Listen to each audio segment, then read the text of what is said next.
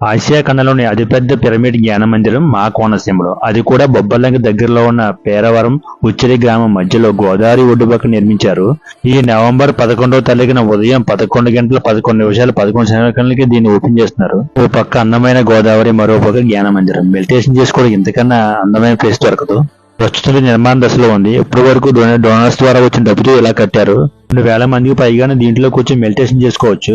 ఇది పూర్తిగా నిర్మాణం అయితే దీనితో పాటు చుట్టుపక్కల ఉన్న గ్రామాలకి, జిల్లా కూడా మంచి పేరు వస్తుంది.